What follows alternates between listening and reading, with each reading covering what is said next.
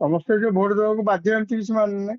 ଯାହାର ଇଚ୍ଛା ହେଲା ଭୋଟ ଦେଇପାରିବେ, ଯାହାର ଇଚ୍ଛା ହେଲା ଭୋଟ ଦେବେ ନାହିଁ। ଆପଣମାନେ ଯେତେବେଳେ ଜେନେରାଲ ଇଲେକ୍ସନ କୁ ଯାଉଛନ୍ତି ଭୋଟ ଦେବା ପାଇଁ, ସେତେବେଳେ ଆପଣଙ୍କ ଇଚ୍ଛା ଅନୁସାରେ ଆପଣ ଭୋଟ ଦଉଛନ୍ତି।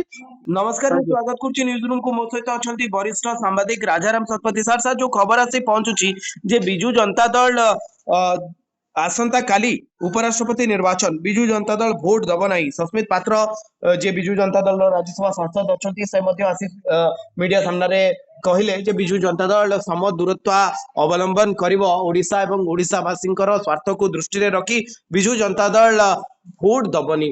ये विजु जनता दल भोट न दबा उपराष्ट्रपति निर्वाचन रे गोटे गणतंत्र रे ये गोटे प्रक्रिया भितर सामिल न होबा याकू केते दूर सठिक बोली आपण विवेचना करछन्ती एवं राजनीतिक दृष्टिकोण रो यह केते गुरुत्वपूर्ण?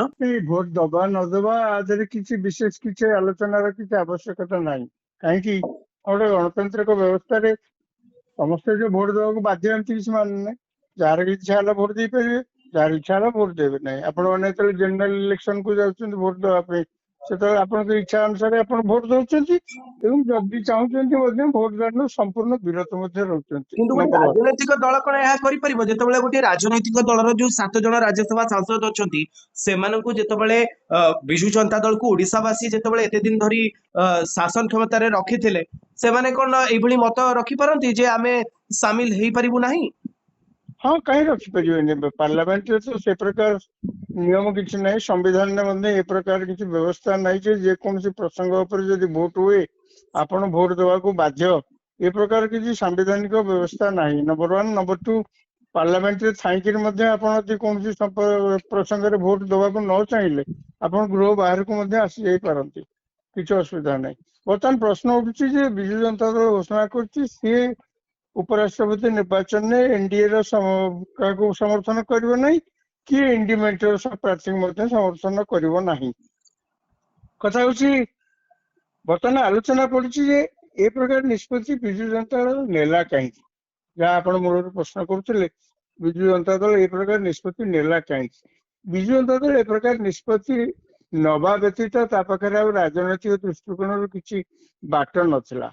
कहीं ना बर्तमान जदि संख्या दृष्टि आप देखिए ताले एनडीए प्रार्थी अच्छा सीपी राधाकृष्णन उपराष्ट्रपति प्रार्थी ये निश्चित भाव में कंफर्टेबली जीतवे। तेणु एनडीए पल्ला भारी एक कह पड़ो बुझा हम कहीं समुदाय 786 भोट पार्लियामेंट लोकसभा 542 भोट और राज्यसभा 240 भोट समुदाय भोट हूँ 394 भोट जी रखिए से निर्वाचित हेबे। एनडीए वर्तमान जो कि बीजेडी संख्या 7 मिशा जाई नहीं। एनडीए वर्तमान स्ट्रेंथ हूँ 422 आउ केतक सूत्र 423 बोली कहते। तेणु कहया गले इंडिपेंडेंट ठारू एनडीए नंबर बहुत आगे अच्छी अंततः 20-28 यही नंबर एत व्यवधान में अच्छी। तेणु एनडीए केबे भावुनी प्रार्थी निर्वाचन में पराजय हम। बर्तमान प्रश्न उठी बीजेडी कौन कहीं प्रकार निष्पत्ति नेला। आज्ञा देखो जो आपणकर भोट दबा बा भोट सपक्ष दबा कि भोट विपक्ष दबा यार किसी फरक पड़ूनी। आपण राजनैतिक फायदा किसी हासिल करने किसी स्ट्राटेजी करेंगे ये स्वाभाविक। विजु जनता दल से कहला आमे भोट दौने कहीं ना आमे सम दूरत्व मेंटेन करने उभय इंडिपेंडेंट एवं एनडीए मेंट ठारू आमे समान दूरता रक्षा करने निष्पत्ति नेलु आपको भोट दबुनि कि भोट दबुनि। आज्ञा कहतु वाकफ बोर्ड बिल जो आलोचना होता भोट होता से विजु जनता दल समान दूरता कहीं रक्षा कर पारे। 2014 नरेंद्र मोदी सरकार आसवा पर अनेक घटना घटी पार्लियामेंट रे एवं नुआ बिल नुआ आईन आने प्रसंग विभिन्न जो आलोचना पड़ी से तो विजु जनता दल कौ समय अनुपस्थित रही तो कौ समय भितर भोट देते समदूरत्व कथा कौन मन नाला। नंबर टू आपड़ जो समदूरत्व कथा कहते आपण 2000 ରୁ 2012 पर्यंत 2009 पर्यंत आपण तो पुणी से मेंटेन थे ना बीजेपी सहित मेंटेन राज्य केंद्र भी थे କେନ୍ଦ୍ରରେ ବର୍ଷ ବିଜେପି 2004 ପରଠୁ କେନ୍ଦ୍ରରେ କ୍ଷମତାରୁ ପଳେଇଲା, କିନ୍ତୁ ଆପଣ ତ ଥିଲେ ନା ବିଜେପି ସହିତ। ସେତେବେଳେ ଆପଣଙ୍କର ସମଦୂରତ୍ୱ କଥା କେମିତି ମନେ ପଡୁନଥିଲା? ଆଜିକା ଦିନରେ ଆପଣ ଯୋଉ ଘୋଷଣା କରୁଛନ୍ତି ଉପରାଷ୍ଟ୍ରପତି ନିର୍ବାଚନରେ ଭାଗ ନେବେ ନାହିଁ ବୋଲିକିରି, ତାର ମୂଳ ଉଦ୍ଦେଶ୍ୟ ହେଲା ଆପଣ ଭାଗ ନେଲେ ବି କିଛି ତାଙ୍କୁ ଫରକ ପଡିବନି, ଆଉ 2 ଖଣ୍ଡ ଭୋଟ ଅଧିକା ହବ, ଆଉ 7 ଖଣ୍ଡ ଭୋଟ ଅଧିକା ହବ। ଆଉ ଭାଗ ନ ନେଲେ यार ତାଙ୍କର इम्पैक्ट ମଧ୍ୟ କିଛି ओडिशा रे ହବ। पड़िबो कि सर आपनको लागुची जे बिजू जनता दल रो समदूरत्वर नीति ओडिशा राजनीति रे बीजेडी उपरे कोन पकेबो जे लोक माने आउ टिके बीजेडी के अधिक भल पाइबे ना बीजेडी ठु आउ टिके दूरेई जिवे? ହଁ, ଭଲ କଥା ପଚାରିଲେ। ଓଡିଶାରେ କିଛି ପ୍ରଭାବ ପକେଇବନି ଆଜ୍ଞା। ବିଜେଡି କାହାକୁ ଭୋଟ ଦେଲା, ମୂଳ କଥା ମନେ ରଖିଥାନ୍ତୁ, କେବଳ ବିଜେଡି ନୁହେଁ। ଯେତେବେଳେ ଭୋଟ ହଉଛି କୌଣସି ରାଜନୈତିକ ଦଳ କାହାକୁ କିଏ ଭୋଟ ଦେଲା, କାହାକୁ କିଏ ଭୋଟ ନଦେଲା, ଆଜିକାଲି ସମୟରେ ଏଇ ସବୁର ସାଧାରଣତଃ ବେଶୀ କିଛି ମାଇନା ରଖେ ନାହିଁ। ହଁ, किंतु जो माने କିଛି पाटुआ वोटर अछंती जो माने बुद्धिजीवी वोटर अछंती सेमानको उपरे या प्रभाव पकेबोनी? କାହିଁ ପକେଇବ? ବୁଦ୍ଧିଜୀବୀ ଭୋଟରଙ୍କ ଉପରେ ପ୍ରଭାବ ପକେଇବ, ଆଉ ଯୋଉମାନେ ପାଠ ପଢିନାହାନ୍ତି ତାଙ୍କ ଉପରେ ପ୍ରଭାବ ପକେଇବନି ଇଏ ଧାରଣା କିଏ କହିଲା? ବୁଦ୍ଧିଜୀବୀ ବୋଲି ୟାର ସମ୍ପର୍କ କିଛି ନାହିଁ। ଆପଣ 7 ଜଣ ମେମ୍ବର ଅଛନ୍ତି, ଲୋକସଭାରେ ତ କେହି ନାହାନ୍ତି ବିଜେଡିର, ରାଜ୍ୟସଭାରେ 7 ଜଣ ମେମ୍ବର, ଆପଣ ଚାହିଁଲେ ଭୋଟ ଦେବେ ନାହିଁ। ଏଇଟା ପୁଣି ହଉଛି ସିକ୍ରେଟ ବ୍ୟାଲଟ ଭୋଟିଂ। ଏଇଟା ଏଥିରେ ହୁଇପ୍ ଜାରି କରାଯାଇ ପାରିବନି ଏଇ ଉପରାଷ୍ଟ୍ରପତି ନିର୍ବାଚନରେ। ଅର୍ଥାତ୍ ଆପଣ ନିଜେ ବିବେକକୁ ଚାହିଁକି ଯାହାକୁ ଚାହିଁବେ ଭୋଟ ଦେଇପାରିବେ।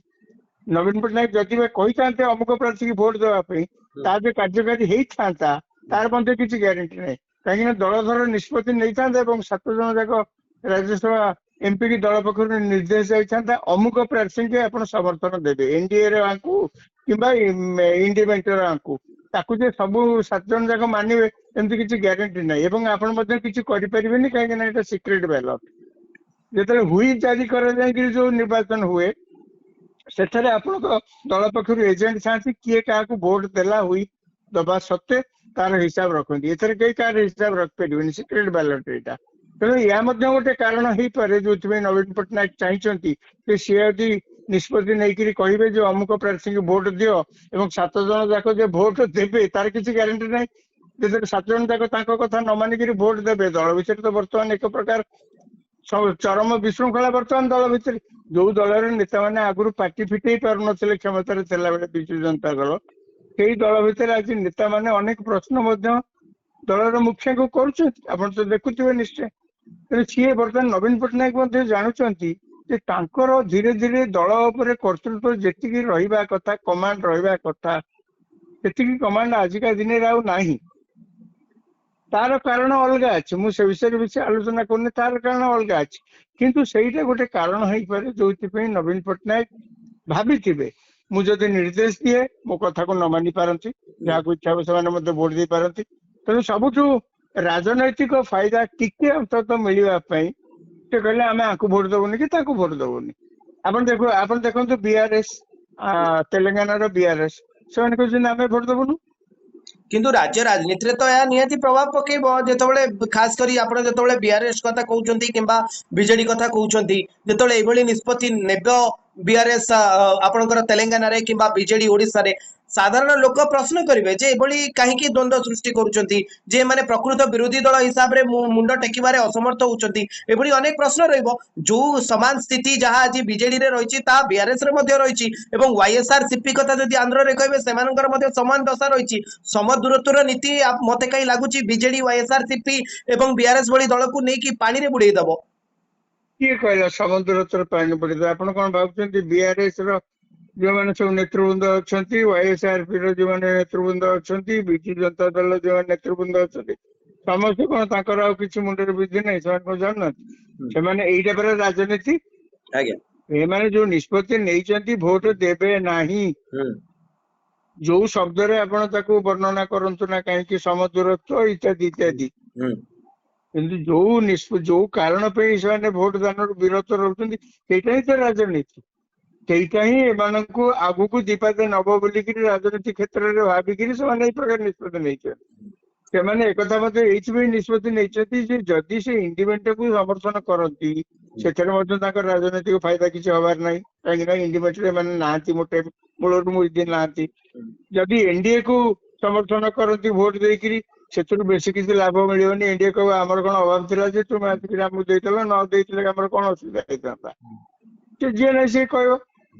एनडीए सेतिबेले नवीन पट्टनायक अनेक समय आपण लक्ष्य करथिबे आसिकिरी ताको प्रार्थी अनुरोध करछंती दिल्ली रु मध्य बीजेपी हाईकमांड मध्य नवीन पट्टनायक को बहुत समय अनुरोध करछंती समर्थन करिया पे अश्विनी वैष्णव कथा आपण देखंतु आज्ञा दिल्ली रु हाईकमांड रे अनुरोध कले नवीन पट्टनायक तापरे नवीन पट्टनायक सेतेबेले दैछंती आज्ञा सेतेबेले ताको समर्थन दैछंती एथि पई जे सेतरे मध्य किछि राजनैतिक फायदा मिलुछि कहिना जेतले मीडिया रे चारिडे चर्चा हला जे बीजेपी अनुरोध रक्षा करिकिरी बीजेडी भोट दे समर्थन दिले सेतरे तांकर राजनैतिक फायदा हला एबे तो से परिस्थिति नाही ना ମୁଁ ସେଇଥିଲାଗି କହିଲି ବିଜେଡି ବର୍ତ୍ତମାନ ସ୍ଥିତିରେ ଏଇ ନିର୍ବାଚନରେ ଭାଇସ ପ୍ରେସିଡେଣ୍ଟ ନିର୍ବାଚନରେ ବିଜେଡି ର ଭୋଟ ଯେତିକି ଥାଉ ନା ସଂଖ୍ୟା ଦୃଷ୍ଟିରୁ ଯାହା ଥାଉ 7 ଥାଉ 1 ଥାଉ ଲୋକସଭାରେ ମୋଟେ ନଥାଉ ସେ ଯାହା ବି ହଉ ସଂଖ୍ୟା ଯାହା ଥାଉ ନା କାହିଁକି ଦଳଟା ଅନାବଶ୍ୟକ ହେଇପଡିଛି ଦଳର ଆବଶ୍ୟକତା ଏଇ ଦଳ ଇଲେକ୍ସନ ଭିତରେ କିଛି ନାହିଁ ତେଣୁ ସେମାନେ ଏଇ ପ୍ରକାର ନିଷ୍ପତ୍ତି ନେବାକୁ ବାଧ୍ୟ ସେମାନେ ଇଣ୍ଡିପେଣ୍ଡେଣ୍ଟ କୁ ସମର୍ଥନ କରି ମଧ୍ୟ ଖୁବ ଜୋରରେ କହିପାରିବେନି କାହିଁକି ନା ସେ ଡର ମଧ୍ୟ ଅଛି ଯେ କେନ୍ଦ୍ରରେ କେବଳ ଏନଡିଏ ମେଣ୍ଟ କଥା ନୁହେଁ ଯଦି ଇଣ୍ଡି ମେଣ୍ଟକୁ ସେମାନେ ପ୍ରତ୍ୟକ୍ଷ କି ପରୋକ୍ଷ ଭାବରେ ମଧ୍ୟ ଏଠି ସମର୍ଥନ ଦଉଛନ୍ତି ନବୀନ ପଟ୍ଟନାୟକ ଭଲକରି ଜାଣିଛନ୍ତି କେନ୍ଦ୍ର ସରକାର ବିରୋଧୀ ଦଳରେ ତାଙ୍କ ଦଳ ଥିଲେ ମଧ୍ୟ ନବୀନ ପଟ୍ଟନାୟକକୁ ନାନା ପ୍ରକାର ହଇରାଣରେ ପକାଇ ଦେଇପାରେ ଆପଣ ବିଆରଏସ୍ କଥା ଆପଣ ଦେଖୁଛନ୍ତି ଆପଣ ପଶ୍ଚିମବଙ୍ଗରେ ଟିଏମସି କଥା ଆପଣ ଦେଖୁଛନ୍ତି ଯେଉଁମାନେ ସବୁ ବିରୋଧୀ ପକ୍ଷ ଲୋକ ସେମାନେ କିଛି ଆଜ୍ଞା ରାଜନୀତିରେ ଆପଣ କୋଉଠି ନା କୋଉଠି କଣ ନାନା ପ୍ରକାର ଭୁଲ କଥା ହେଇପାରନ୍ତି ଏକଥା ନବୀନ ପଟ୍ଟନାୟକ ଭଲକରି ଜାଣିଛନ୍ତି ଯେ ଓଡିଶାରେ ଅନେକ ପ୍ରକାର ସ୍କାମ ମଧ୍ୟ ଅଛି ତେଣୁ ସିଏ ନବୀନ ପଟ୍ଟନାୟକ ଆପଣ ଲକ୍ଷ୍ୟ କରିବେ ଯେବେଠୁ 2014 ମସିହା ଠାରୁ ଏବେଠାରୁ ନରେନ୍ଦ୍ର ମୋଦୀ କ୍ଷମତାକୁ ଆସିଲେଣି ଆପଣ କେବେ ଦିନେ ଦେଖିଛନ୍ତି ଯେ ଏମିତିଆ ଖାଲି ସଫ୍ଟ କଥା ଯେ ଆମେ ସମଦୂରତ୍ୱ ରକ୍ଷା କରିବୁ ଆମେ ଷ୍ଟ୍ରାଟେଜିକ ସମର୍ଥନ ଦବୁ ଏଇ ସବୁ ଶବ୍ଦ ବ୍ୟବହାର କରିକି ଆପଣ ଏକଥା କହୁଛନ୍ତି ଯେ ଏଭଳି ନିଷ୍ପତ୍ତି ବିଜୁ ଜନତା ଦଳକୁ ବେଶୀ କିଛି ଫାଇଦା ଦବ ନାହିଁ ଫାଇଦା ଦେବ ନାଇଁ ବେଶୀ କିଛି ଲାଭ ଦେଇନଥାନ୍ତା ତେଣୁ ଯେତିକି ଲାଭ ମିଳିବ ଏଥିରୁ ଫାଇଦା ଦବ ନାହିଁ ବୋଲି ମୁଁ କହୁନି ଯଦି ଭୋଟ ଦେଇଥାନ୍ତେ କିଛି ଲାଭ ବେଶୀ ମିଳିନଥାନ୍ତା ରାଜନୈତିକ ଫାଇଦା ତେଣୁ ଭୋଟ ଦାନରୁ ବିରତ ହେବା ଫଳରେ ନେଗେଟିଭ ପବ୍ଲିସିଟି ହଉ ପଛେ that is A positive publicity ଧନ୍ୟବାଦ ସାର୍ ଧନ୍ୟବାଦ